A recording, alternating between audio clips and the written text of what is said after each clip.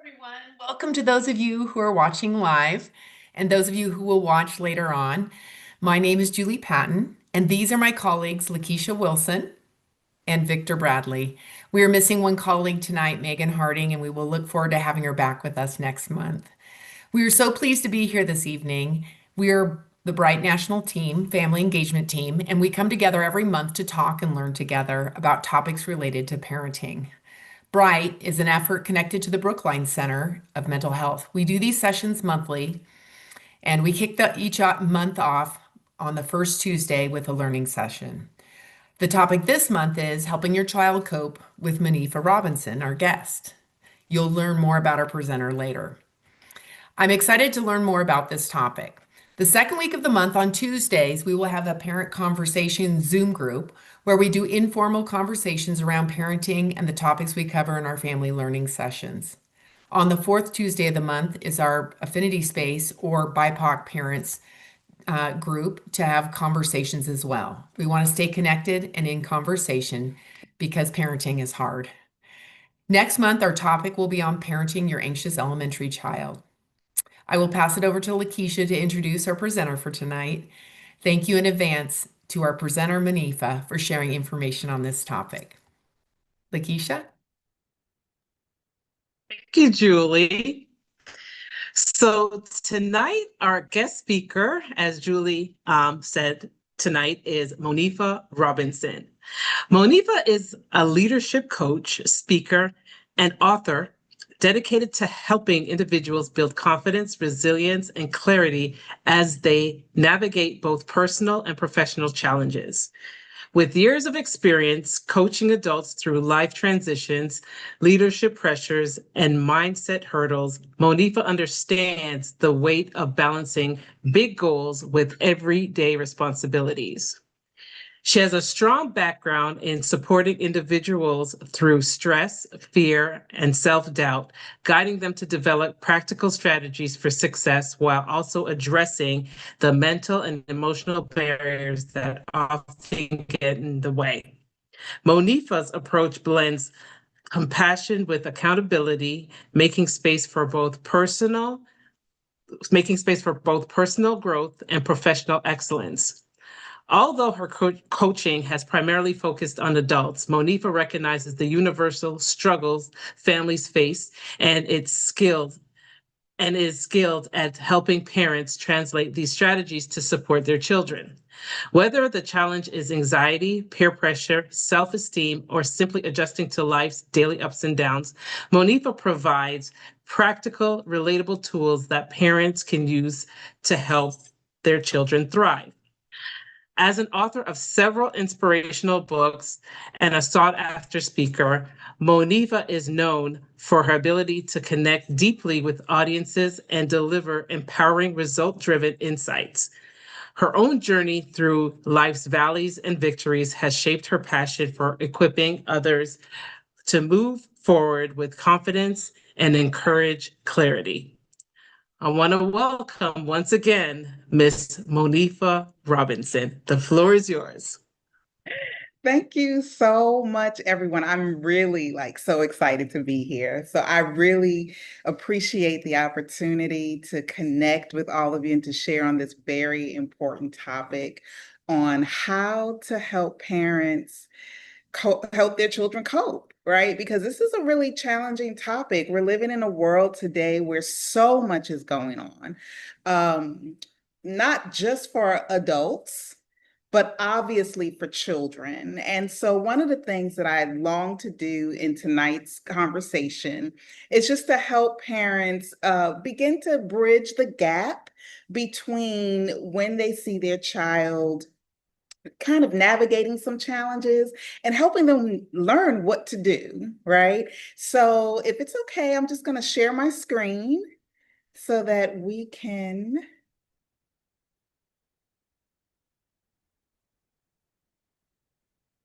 watch it. Is that clear for everyone? Everybody got that? All right. And I got a couple of screens here. You know how we are with technology. So if you see me looking over, work with me, work with me. So like I said, I really wanted to just help parents bridge the gap because oftentimes I think as adults, we kind of come to the table saying kids don't have any issues. What issues do they have? Wait till they get grown, right? And we kind of minimize that these little people are nothing more than little adults.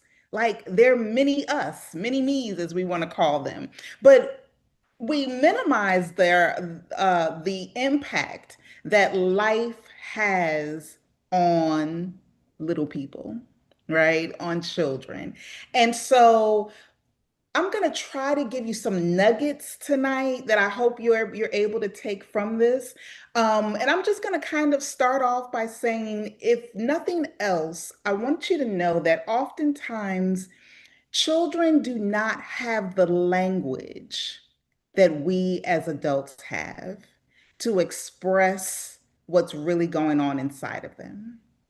Okay. I mean, just think about yourself as an adult. I mean, as an adult, sometimes we don't always have the language. So imagine children. They don't always have the language, and they're dealing with so much. They're dealing with peer pressure, they're dealing with stress, anxiety, cyberbullying, bullying in school, face to face. Family matters. Like we think that the things that go on in the household don't impact the children, but they really do. And oftentimes what we're seeing is that when children express emotion, it often comes out in how they behave. Okay. And we're going to go into a little bit of that. As a matter of fact, let's talk about recognizing some of the signs of stress in children.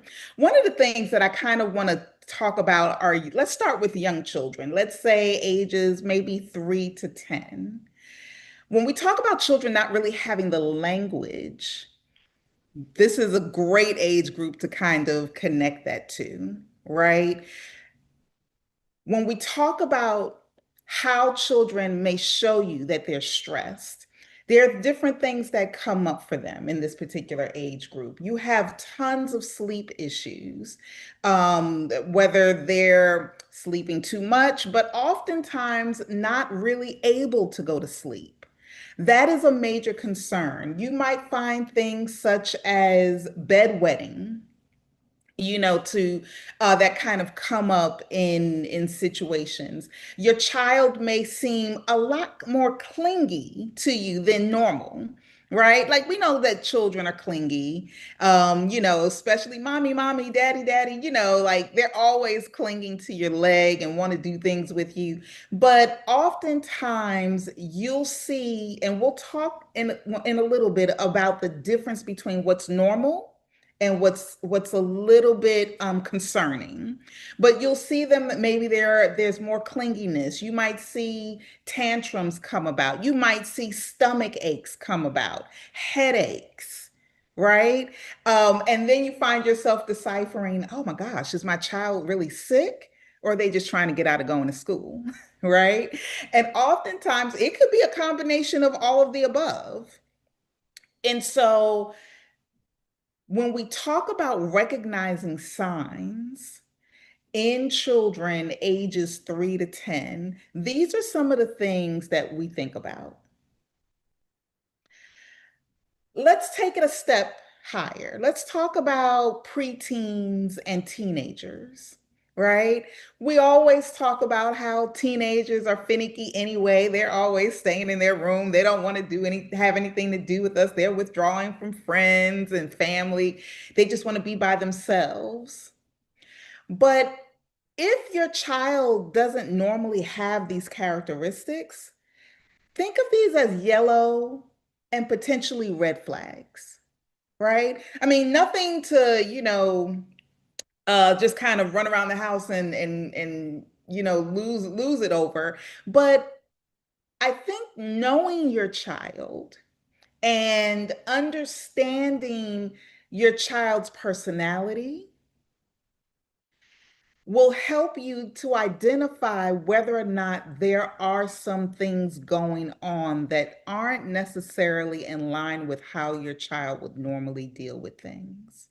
So if you find your child withdrawing and it's more than just the um, I don't want to eat dinner with you guys tonight, or I don't want to go out to the movies with you. I want to hang out with my friends. Take note. Take note. If you find that your child is a little bit more irritable than normal, if you find that there's risky behaviors, right? If you find that they're sleeping more than normal. I mean, I remember one time, now, even though I was a college student, I remember coming home from college one time and, college students, you're up all night, all day, 7 days a week. And so when you get home, like you don't want to do anything but sleep. But I remember my dad being concerned and asking my mom, like, go talk to her, make sure she's okay. She's not doing anything but sleeping. I'm like, I'm fine. I'm just tired, you know. But they noticed that that's not normally Monifa. Monifa's a little more energetic. So let's check in. One of the things you have to remember as a parent, and I think it's kind of difficult at times, you don't have to be perfect. Like perfection, it just takes so much out of us as humans, as individuals. You do not have to be perfect. You just have to be present.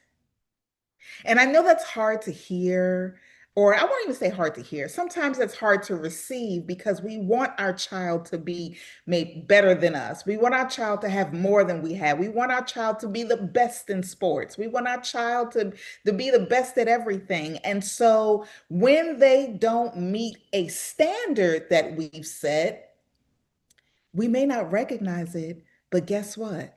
We're actually causing some stress, right? We're causing stress. But keep in mind, knowing your child's behaviors, your child's mannerisms, your child's personality will help you identify whether or not this is the norm. One of the things you have also, I think, with children when it comes to stress is you have those children that are quiet, right? When we talk about personalities, you have some children that are just very to themselves and but they probably have a sense where they strive for perfection, right? Those I would say are children that you really want to keep your eye on because most of their struggle might be internal. So if they're already quiet, if they already keep to themselves, chances are if they're struggling, they're not going to all of a sudden become an extrovert, right? Chances are they're going to continue to turn inwardly to deal with some of the struggles that they're experiencing.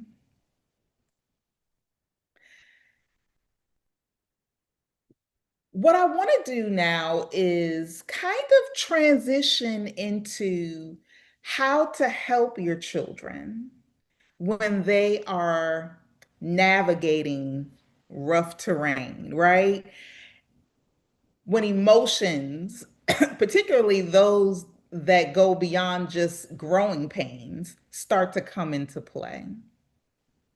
Remember, I said oftentimes children have difficulty uh, putting language to what they're feeling, like what's going on with them. You can always, as a parent, help your child label these emotions and feelings, right? I do it with my adult clients. I mean, I get out the feeling wheel, right? Now they do have for the adults, they use the feeling wheel, but you also have the emotions chart that has the different faces on it for the children so that when they don't know how to identify ways that they're feeling or emotions that they're feeling, they can look at a picture and say, that's kind of what I feel like. That face right there, that look is what's going on inside of me. This not only helps you identify what's going on with them, but it begins to teach them how to put language to what's going on with them. You can also develop creative outlets. I mean, all kinds of outlets from dancing to, to music, to journaling, to artwork, any type of physical activity. Um, while that might be difficult at times, depending on what symptoms you notice is going on with your child, these are still tools, I would say, that you can put in your toolbox, right? Think of a toolkit at home. You have all types of gadgets in that toolkit. You will never use every single gadget in that toolkit for one project. Well, not if it's of any size, I'll say. But you have all the material you need in case you come across a project that requires a particular tool. And then you can look through your box and say, okay, let's see if this one works. Same thing with helping your child cope. You, as a parent, just want to make sure you have as many tools in your toolkit as possible. And guess what? You might try one tool, one tip, one technique, and find that that doesn't quite work with your child. That's okay. We just rummage through the box and find something else. We're going to keep it going because we're going to make sure the kids learn how to embrace and understand what it's like to navigate emotions and feelings and be able to become productive citizens in society, right? Doing so. One of the things that I talk about are like these calm down kits, right? And it's kind of a kit where, you can, it could be a jewelry box, it could be anything, it could be a basket, but a kit that you can kind of put things together, put things in so that your child can kind of navigate and go through them and feel soothed. So if your child loves bunny rabbits and stuffed animals, you might have a stuffed animal that's a bunny rabbit in there. You might have something that's like lavender or something that smells good, candle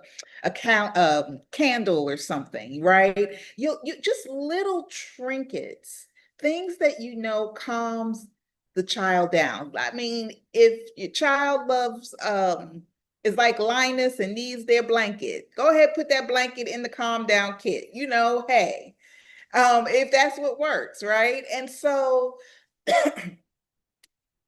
doing these things, keep in mind, you as the parent, like I said before, you're not just giving tools to your child, right? Like you're actually teaching them how to navigate, whether it feels like it or not. Because, sometimes as parents, we feel like the kids don't listen to the parent, right? Like they listen to everybody else but the parent. And then they say, oh, Coach so-and-so or Auntie so-and-so said X, Y, and Z. And you're like, well, I've been telling you that for 13 years. I'm trying to figure out why you just, anyway. So, it's great if you can have these tools in your toolkit and understand that even it takes a village. So even while you're trying to assist your child, other people, all other people might be part of that toolkit.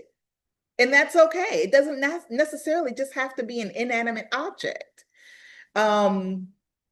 Social media, journaling. I mean, now social media, I know when we say social media, a lot of times we don't want to give our children, any access. And I understand. There's so much going on, but there are safe ways to help your child navigate social media. And not only that, teaching your child about social media, right? Like these individuals are putting their best lives up here. Right. And so the comparison that you find yourself making as a child when you're teaching your children, make sure we're comparing apples to apples and not apples to oranges. Right.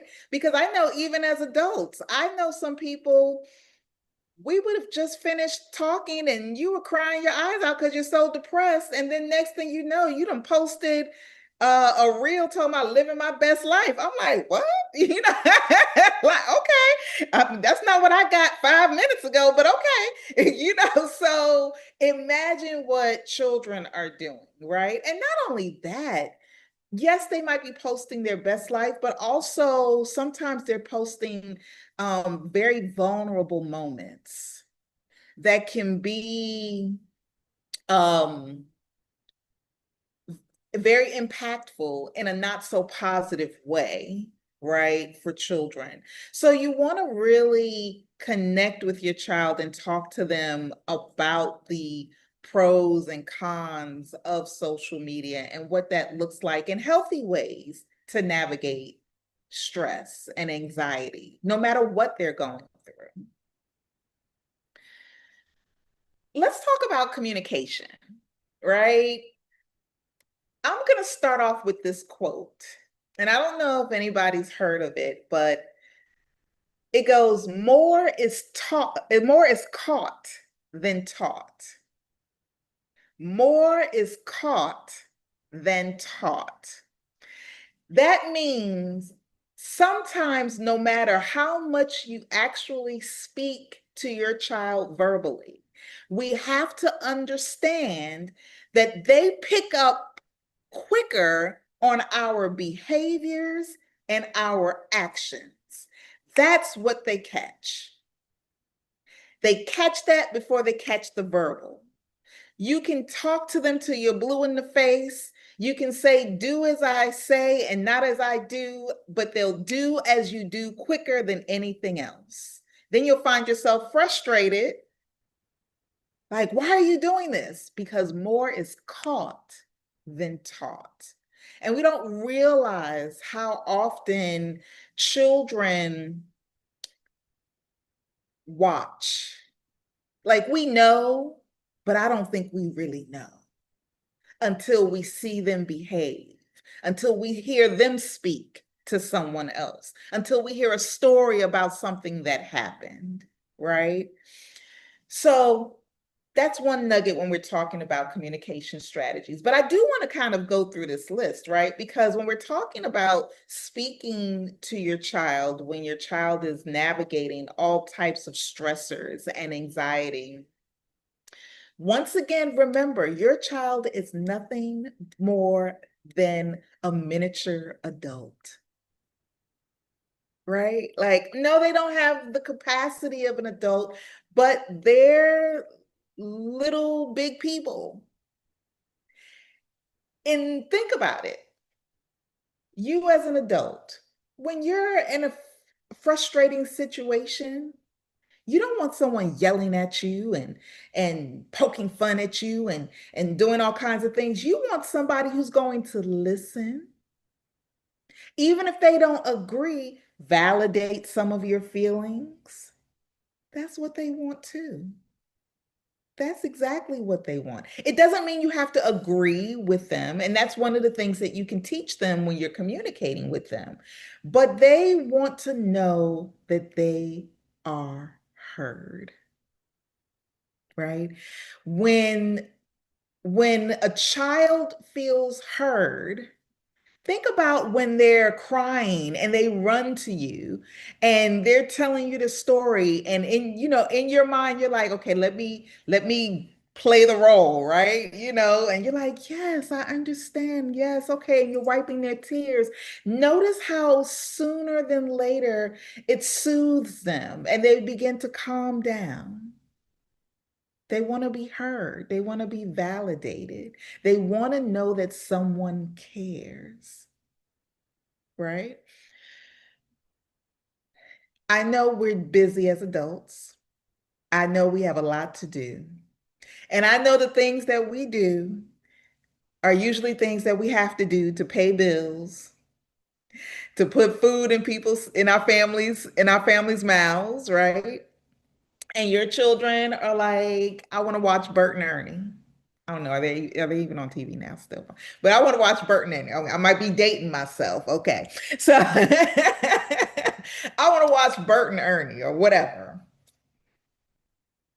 in our minds as adults, I think there's a part of us that feels like, okay, that's not really important, but for them it is.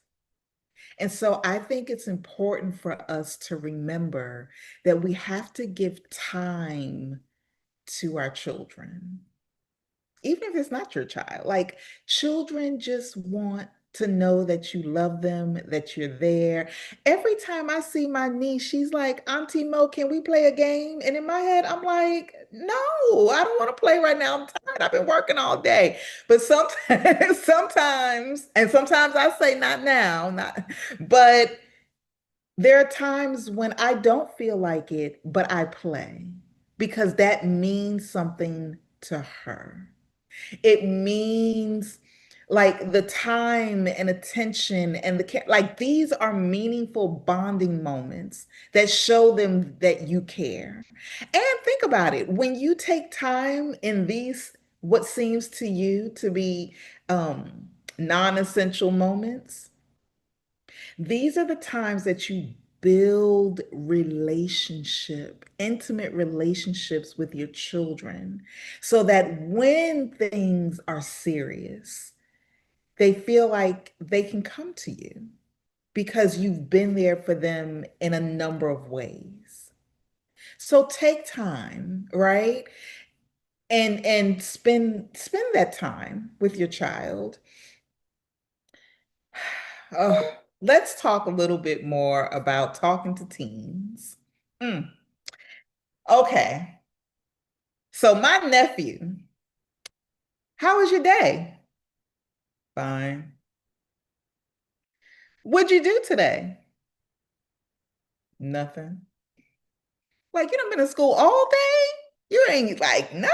Like, was it a good day? Yeah. Or no.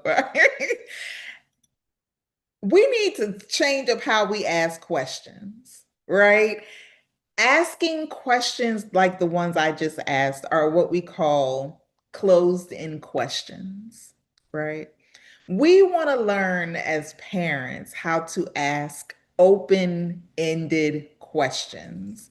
We want to ask questions that, and you can do this for adults too, if you want to, we want to ask questions that provoke or cause the person to have to respond with more than one word. Okay. And so instead of me asking my nephew, how was your day today? So that he's like, fine. And I mean, now it's not even fine. It's like, meh. I'm like, okay, how you spell that? All right. Okay. So, um, now I have to be creative with him. And, like I'm having conversation. I'm like, so tell me one of the funniest things that happened to one of your friends lately at school. That requires more than a one-word answer. Right. Now, he might still try to get away with 2 or 3 words, but Auntie Mo is gonna ask for more. Okay, I need more. So, so, so asking open-ended questions is really important when it comes to teens. And not only just asking open-ended questions, like if your teen or preteen comes to you with a concern, I know as parents, oftentimes we want to just jump to giving answers and fixing things. But this is like a prime time to begin to teach our children how to solve problems. So, one way you might do that, and this also extends the conversation, but one way you might do that is to sit there and say, okay, if they come to you with a problem, you can say, that's a really interesting concern, or whatever, that's really crazy. Or how, if that was a friend of yours, what would you tell your friend to do? Like, how would you advise your friend? This does a couple of things for you parents. One, it helps you begin to get their mind moving in terms of problem solving skills, right? And number two, it kind of gives you some insight as to what's really going on in their head. Like if they tell you, well, I would tell them to, just steal the candy. You're like, oh Lord, I'm not doing my job. Okay. So, what you want, this is so helpful though. But asking questions in a way that causes your child, even younger children to a degree, unless you have that particular child that loves telling you all about their day, right? And loves giving you details. Uh, Asking open-ended questions is a great way to kind of delve in, have more conversation, and just really connect with your child. But here's the thing also, parents, right? Time and place means everything, and tone. We don't want to ask the personal question in the "oh you in trouble" tone, in front of the kids if it's not necessary, right?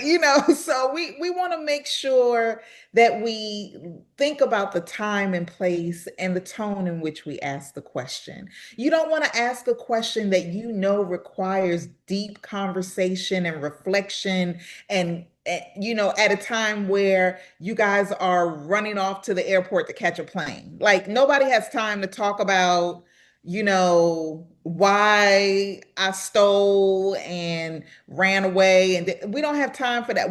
We gonna deal with that when we have time to sit down and talk, right? So timing and place means everything. And once again, just like I said before, children are like small adults. To a degree, and I did say to a degree, I didn't mean to say that. We want to respect their privacy and help keep their spaces safe, right? And as I think knowing what that entails specifically is really dependent on your child, the situation, who's involved, what's involved, all of this. Like um, you really have to kind of take so many pieces under consideration. I mean, I know when I was growing up, it was like, you don't lock no doors in this house. You don't pay any rent, you don't lock any doors, right? So, it could be, and so everybody's different. In another person's household, you know, it might be, oh, it's okay, they're upstairs in their room. It doesn't matter if the door is closed, locked, or whoever's in there, right? So, you just have to really understand the rules of engagement in your household. With all of this, even as we talk about how to help your child cope with stress and things of that nature, I think it's also important to remember, or just to acknowledge really, that parents need assistance too, right? This is not just a one-way street, right? This is a two-way street. This is a multi-lane highway. Like, there's a lot going on in life. And to expect parents to just take on the weight of parenting in addition to other life responsibilities and remain healthy mentally, emotionally, physically, spiritually, financially, like it's too much. It's too much. Not only does it take a village to raise children, but it takes a village to stay healthy and mentally whole, just even as an adult. Like you need your people, even if it's just one person. Like we need our people, and that's important. Remember, I also mentioned more is caught than taught. Your child is watching how you respond. They're watching what you say. They're watching what you do. So, if at all possible, try not to react, right? Try to be more responsive than reactive to situations. Take care of yourself, whatever that looks like. You know, if you're a person of faith, if you like support groups, if you just have, just like massages, or you like to work out, you like to sleep, you like to binge a Netflix series every once in a while. Take care of yourself. This is so important. And one other thing when it comes to parenting, oftentimes, we don't have both parents in the same household, right? And even if you do, it's important to co-parent with consistency and respect, right? If at all possible, and I know it's not always possible, try to parent in a way in front of your children that you feel it would provide the healthiest outcome, right? And remember, getting help is not taboo. Okay, I know I'm a leadership coach, but guess what? I'm a licensed clinical social worker as well. Okay, so it doesn't like, listen, and I don't think therapy is as taboo as it used to be. Everybody walking around talking about, I talk to my therapist, I got mine on speed dial, and I do have my therapist on speed dial, by the way. So, but therapy, I don't think it's as taboo as it used to be. But I think it's important to remember that this is also a tool that you can use for your toolkit. And when you talk to your child, or if you feel like your child might need a little more support, normalizing therapy. Therapy is nothing more than a friend that you paying to talk to. That's all. You're just paying your friend to talk. Think about it that way. I mean, I know you don't want to pay anybody to talk, but you're paying your friend to talk, to help you navigate some situations, right? And so keep it in your toolkit. It may not be necessary. You don't have to do it forever, but it's an option if necessary. So if you remember nothing else, remember you don't have to be perfect. You just have to be present. You don't have to be perfect. Like your child loves, like I think when they're children, especially when they're young, children and pets, like they just love you unconditionally as long as you feed them. Like they're good. They are really good. um,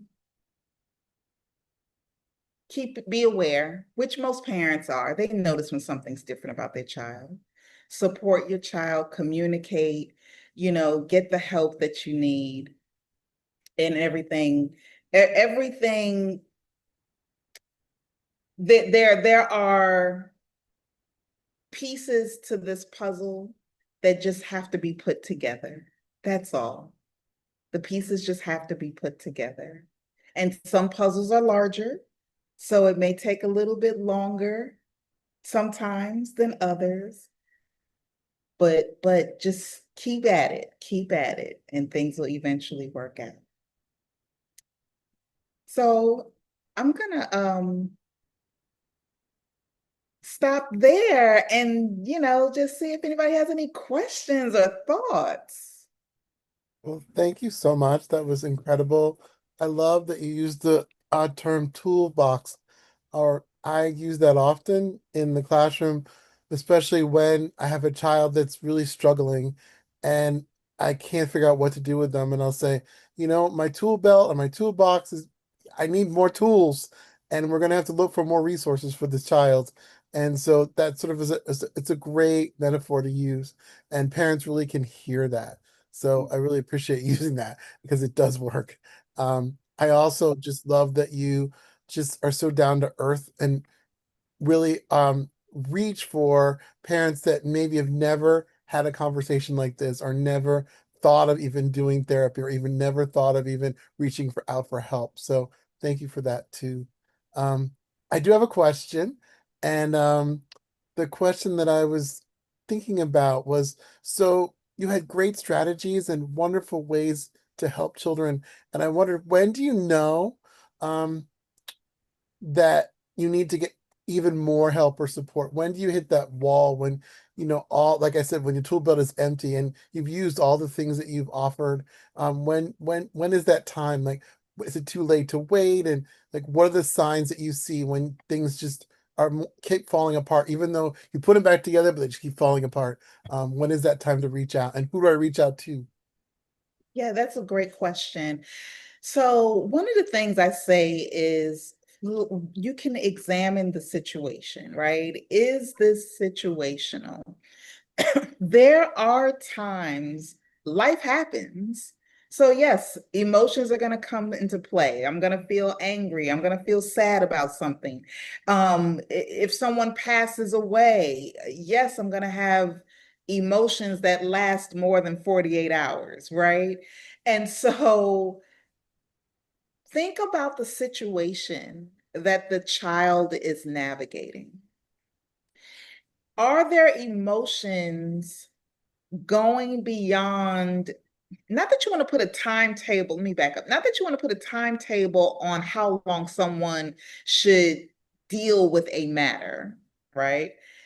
But when you look at the situation, if you determine, okay, wait a minute now,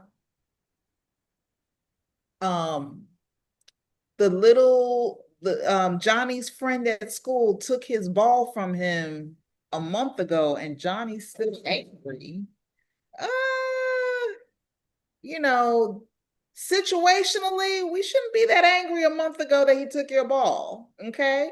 So, looking at the situation to kind of as the adult to determine whether or not something is out of sorts based on the timeline, right? Is this situational, or is this a matter of we've gone beyond the time frame in which we should, should have dealt with this matter?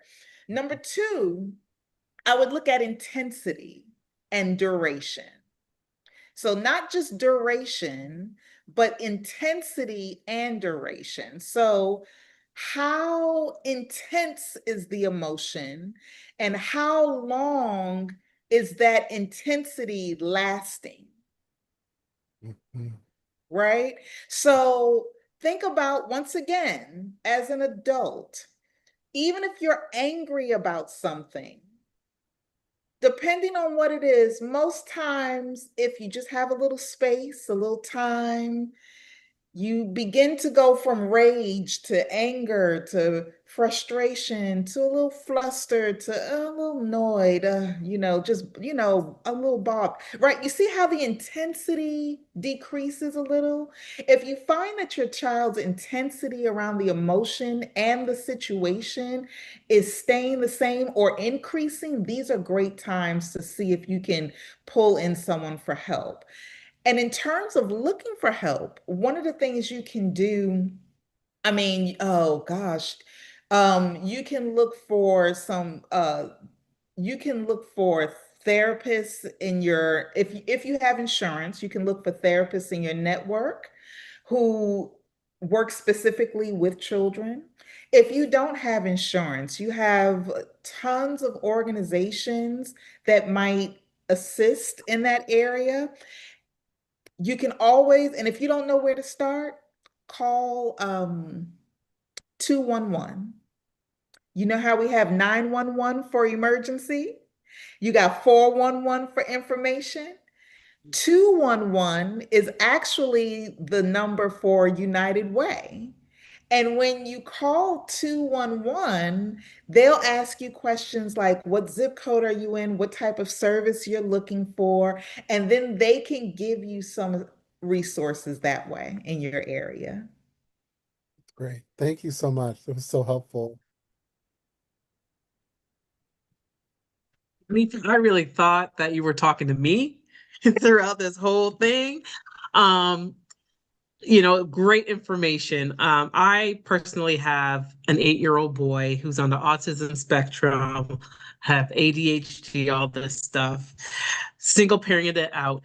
So one question that I want to put in my parent toolbox is when my how do, as a parent, effectively manage my reactions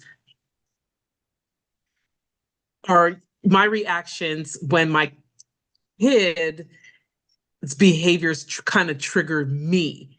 Does that make sense? Like his behaviors trigger me. Now I'm getting frustrated. I'm getting anxious. I'm getting, it's more that piece. And I'm just like, I can't do this. What are some strategies I can use to assist with that?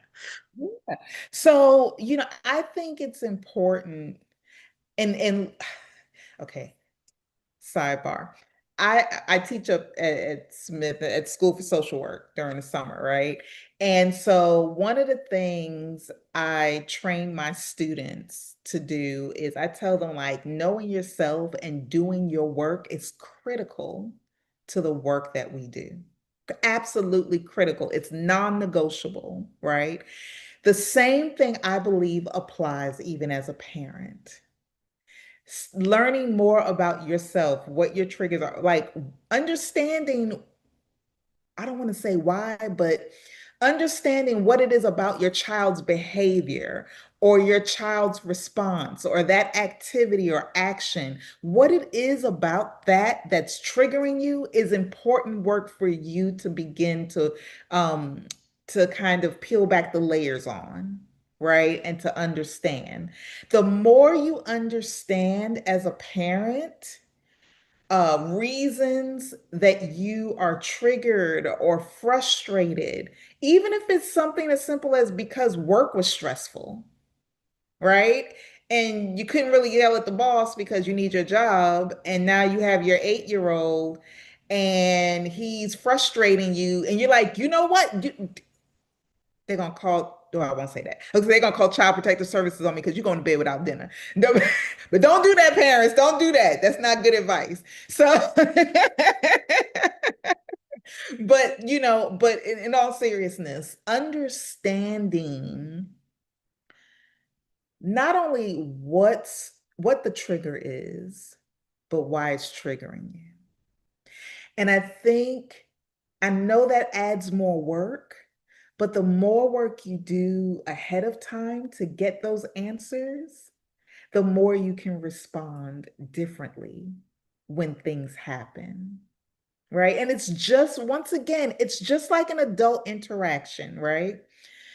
Imagine engaged in an argument or something with someone, right? Or a intense disagreement.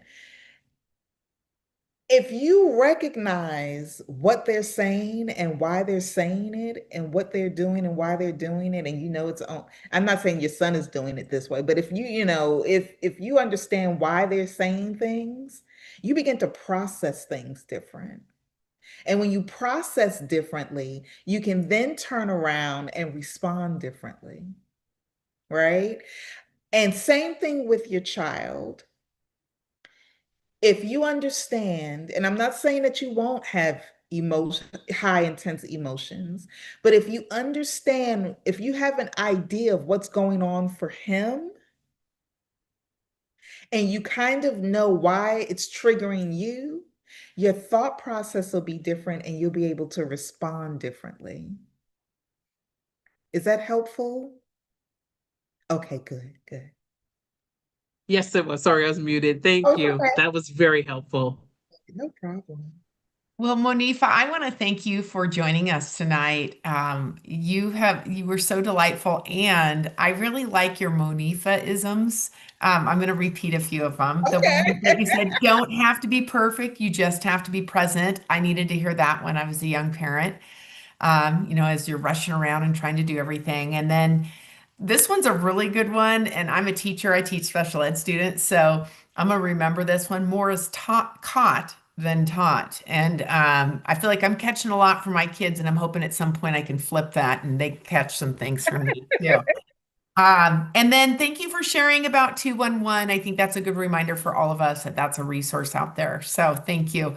I just want to remind our viewers that The first Tuesday of the month is our learning session like we have tonight. The second Tuesday of the month is a parent conversation group, and we, can bring up topics, other topics around parenting, but also talk about the learning session of the month as well. And that is for all parents. And then the fourth Tuesday of the month is our BIPOC affinity group, and for our BIPOC parents. So we hope you'll join us for those. They are emails will be sent out to coordinators, and hopefully you can join us for those conversation groups. And I just want to thank everyone for being here tonight and have a good evening. Thank you so much. Bye. Bye.